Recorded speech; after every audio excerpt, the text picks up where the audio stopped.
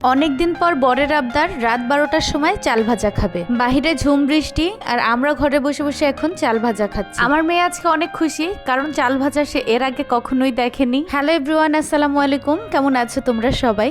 বাহিরে অনেক বেশি ঝড় বৃষ্টি হওয়ার পর পরিবেশটা এখন একদমই ঠান্ডা। এখন প্রায় 12টা বাজতে গেছে। এখন তোমাদের ভাইয়া আবদার করছে এখন একটু চাল ভাজা খাবো। ভাবলাম আমারও অনেকদিন খাওয়া হয় না, তাই দৌড়ে চলে গেলাম রান্নাঘরে। চালের সাথে অল্প একটু পানি দিয়ে লবণ দিয়ে একটু মাখিয়ে নিলাম। এটুকু দিলেই কিন্তু চাল ভাজার জন্য একদমই রেডি। তারপর অল্প আছে ভাজতেই থাকলাম। বেশ অনেকটা সময় লেগে গেছে চাল ভাজতে। তোমাদের বাসায়ও কি এমন হুটহাট আবদার করার মতো মানুষ আছে নাকি কমেন্ট করে জানিও। আগে যখন আম্মুর বাসায় থাকতাম, আমার আম্মু বর্ষাকালে অনেক বেশি যখন বৃষ্টি হতো তখন আমাদেরকে 4 ভাই বোনকে চাল ভেজে খেতে দিত। আজকে এমন বৃষ্টি মাখা রাতে আর সেম খাবার দেখে খুব মনে পড়তেছে সেই দিনগুলোর কথা। চাল ভাজার পর শুকনো মরিচ পেঁয়াজ এগুলো দিয়ে একটু ভাজলে আমার কাছে বেশি ভালো লাগে, কিন্তু তোমাদের ভাইয়া এভাবেই খেতে পছন্দ করে, তাই আজকে এভাবে সিম্পল করেই ভাজলাম। আমার মেয়ের আনন্দ দেখে আমার যে কি হাসি পাচ্ছে, সে ভাবতেছে এটা কি জানি একটা খাবার। এদিকে তোমাদের ভাইয়ার তো গরম গরম চাল ভাজা খেতে গিয়ে হাত পুড়ে যাওয়ার মতো অবস্থা।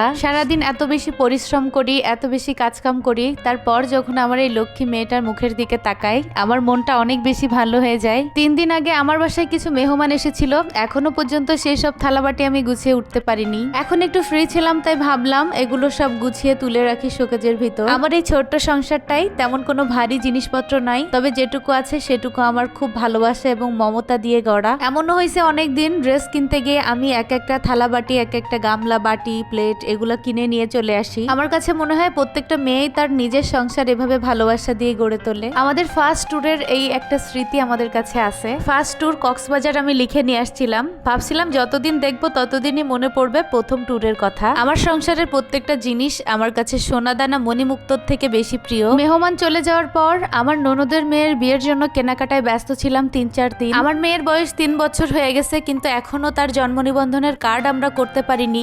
এই যে দেখো তার টিকার কার্ড এবং সামনে রেডি করে রাখছি। আমরা 2-3 দিন পর গ্রামের বাড়িতে যাব, তখন নিয়ে যাব এটা। 2-3 দিন ব্যস্ততার কারণে ঘর বাড়ির দিকে তাকাতেই পারিনি, তাই দেখো কাপড় চোপড় আর সবকিছু দিয়ে কি একটা অবস্থা। ননদের মেয়ের বিয়েতে যাব, তাই এই জুতাটা কিনছি। কেমন হয়েছে তোমরা কিন্তু অবশ্যই জানাবা। আমার ঘর বাড়ি মনে হয় একটু বেশি ময়লা হয়, কারণ আমার এই ছোট্ট মেয়েটা অনেক বেশি অগুছালো করে। আজ কয়দিন বাইরে ঘুরতেছি, তো এই জন্য কাপড় চোপড় সবকিছু এখানে এলোমেলো অবস্থায়, তো সবকিছু এখন একটু গুছিয়ে নিচ্ছি। ঘর বাড়ি পরিপাটি গোছানো থাকলে আসলেই মনে অনেক বেশি ভালো লাগে, কিন্তু আমার ছোট্ট মেয়েটার কারণে আমি অনেক সময় গুছিয়ে রাখতে পারি না। এই রুমটাতে আমি নামাজ কালাম পড়ি আর মাঝে মাঝে ছবি আঁকি, আর মেহমান আসলে থাকে। আর এই যে দেখতেছে আমার হীরার টুকরা বর আমার হাত থেকে ঝাঁটা কেড়ে নিয়ে সে ঝাড় দেওয়া শুরু করে দিছে। আমার সাথে সে সবসময় কাজ কাম নিয়ে মারামারি লাগায়। আর এদিকে আমার ছোট্ট পাখিটা দেখো কি একটা মজার খেলা পাইছে, এখানে বসে বসে সেই চাল ভাজা নিয়েই খেলতেছে সে। আমার এই ছোট্ট মেয়েটার জন্য তোমরা সবাই দোয়া করো। আজকের মতো ভিডিওটি এখানে শেষ করছি। আল্লাহ হাফেজ।